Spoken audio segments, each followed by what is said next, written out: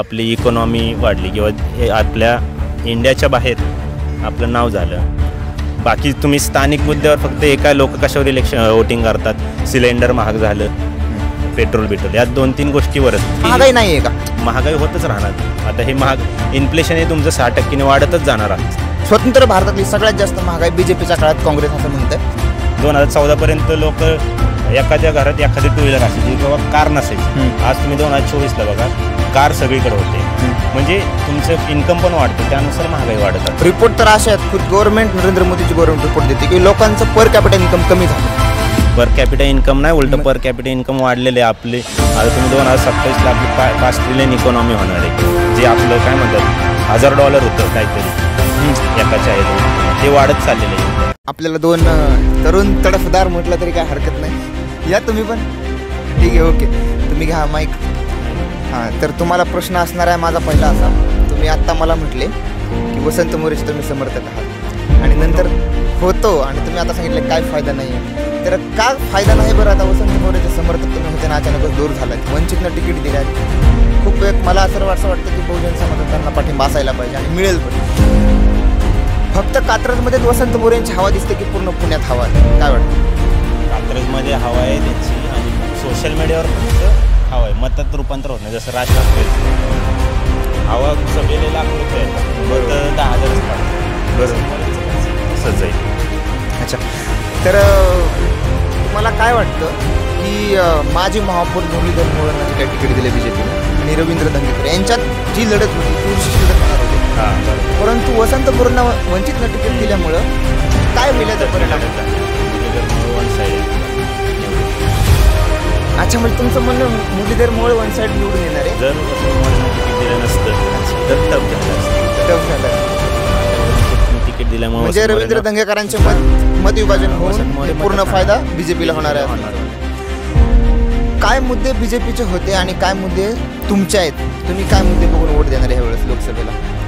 आता विकसित भारत 10 वर्षामध्ये चेंजेस दिसतात ते मला. म्हणजे जे रोड झालं किंवा आपली इकॉनॉमी वाढली किंवा आपल्या इंडियाच्या बाहेर आपलं नाव झालं. बाकी तुम्ही स्थानिक मुद्द्यावर फक्त एका लोक कशावर वोटिंग करतात. सिलेंडर महाग झालं, पेट्रोल या 2-3 गोष्टीवर बाकीचे पण मुद्दे. असं म्हणणं आहे की जे काही इन्फ्रास्ट्रक्चर डेव्हलपमेंट आहे, रोडमध्ये गडकरींनी जे काही केलं आणि फॉरेन डिप्लोमसी हा एक मुद्दा तुम्ही मांडलाय. मला सांगा, सामान्य जनतेचे काय प्रश्न आहेत? सामान्य जनतेचे तुम्ही प्रश्न समजत नाहीत का? जसं की आता तुम्ही उल्लेख केला महागाई आणि बेरोजगारी, याच्यावरती खूप आरोप केले जातात नरेंद्र मोदींवरती अपोजिशनकडून. तर महागाई नाही आहे का? महागाई होतच राहणार. तुम्ही 2000 आपलं 2004 ते 2014 काँग्रेसला सगळं ओरडत होते महागाई त्याच्यामुळे. अच्छा, त्याचा फायदा परत बीजेपीला. मला सांगा, 2014 ते 2024 10 वर्ष झाली निगेटिव्हिटी येत असते. आता हे महाग इन्फ्लेशन हे तुमचं 60% वाढतच जाणार असतं. उद्या जरी दुसरं सरकार आलं, समजा आम आदमी पार्टी आलं पुढच्या 10 वर्ष ते 2034ला परत आपण हेच म्हणणार आहे. आज परत महागाई परत चेंजेस. माणूस एकाला 10 वर्ष बघू शकत नाही एका. काँग्रेसचं असं म्हणणं आहे की आमच्या काळात जे काही इन्फ्लेशन रेट होता आणि आताचा इन्फ्लेशन रेट बघा खूप टक्क्यांनी, म्हणजे जवळपास स्वतंत्र भारतातील सगळ्यात जास्त महागाई बीजेपीच्या काळात काँग्रेसचं म्हणतात. तर याचं तुम्हाला वाटत नाही की सामान्य जनतेला याचा खूप परिणाम भोगावे लागतात? परिणाम आहे, पण आता 2014 ते 2024 जसं आपण डेव्हलप होत चालतो तसं गरजा वाढत गेला ना लोकांच्या. 2014पर्यंत लोक एखाद्या घरात एखादी टू व्हीलर असायची किंवा कार नसायची. आज तुम्ही 2024ला बघा, कार सगळीकडे होते. म्हणजे तुमचं इन्कम पण वाढते, त्यानुसार महागाई वाढत असते. रिपोर्ट तर असे आहेत, खुद गव्हर्नमेंट नरेंद्र मोदीची गव्हर्नमेंट रिपोर्ट देते की लोकांचं पर कॅपिटल इन्कम कमी झालं. पर कॅपिटल इन्कम नाही, उलट पर कॅपिटल इन्कम वाढलेले आपले. आता तुम्ही 2027ला आपली 5 ट्रिलियन इकॉनॉमी होणार आहे. जे आपलं काय म्हणतात $1000 होतं काहीतरी एकाच्या ह्याचं, ते वाढत चाललेलं आहे. आधी एक जण व्यक्ती घरात कमवत होता, आज तुमच्या घरात आई वडील मुलं पण कमवतात, 4ही कमवतात. तुमचं असं म्हणणं आहे, फायनली असं म्हणणं आहे तुमचं की विकास बीजेपीने केलेला आहे आणि त्याच्यावर त्याला मत मिळणार. विकास केलेला माहिती एवढा नाही, पण इतरांपेक्षा थोडा जास्त केलेला आहे आणि स्ट्रॉंग दिसते. ऑपोजिशन तेवढं स्ट्रॉंग अगोदरच्या सारखं. अच्छा, ऑपोजिशन स्ट्रॉंग नाही आणि त्यामुळे मग ऑप्शन नाही आहे. ऑपोजिशन अजून जर स्ट्रॉंग दुसरं असतं तर ऑप्शन भेटला असता. पण आता दुसऱ्यांना जर निवडून दिलं तर तेवढं राहत नाही. बीजेपीसाठी तुमचा प्रत्यक्षरित्या पूर्ण सपोर्ट आहे असं आहे. पुण्यामध्ये? हो. कारण त्यांनी जे काही विकास कामं केली, मोहळांच्या विकास कामावरती विकास कामं पण आहे आणि ऑप्शन नाही दुसरा.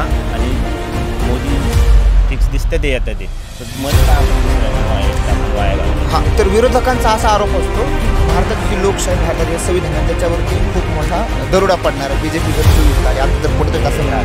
तर याच्यावरती तुमचं काय मुद्दे राहिले ना मग या मुद्द्यावर संविधान काही चेंज होत नसतं. ठीक आहे.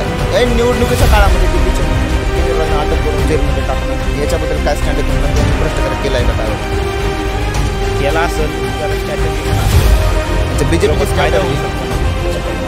इंडियन एक्सप्रेसने 4 दिवसापूर्वी एक रिपोर्ट जाहीर केला होता. जे काही अपोजिशनचे लीडर आहेत त्यांच्यावरती भ्रष्टाचाराचे आरोप करून जेव्हा ते बीजेपीमध्ये येतात तेव्हा त्यांच्यावर ते सगळं क्लीन चिट दिले. ते चुकीचं आहे. ते चुकीचं असं तुम्ही मानता की बीजेपी चुकीचं करते, हे नाही करायला पाहिजे? नाही करायला पाहिजे. पण त्याशिवाय दबाव पण येतो.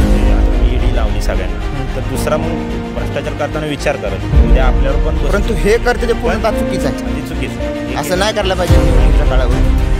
तर थँक्यू, तुमचं तुम्ही उत्तरं दिली प्रश्नांची छान. आणि एका गोष्टीचं मला खूप छान वाटलं की तुम्ही खऱ्याला खरं आणि खोट्याला खोटं बोलताय.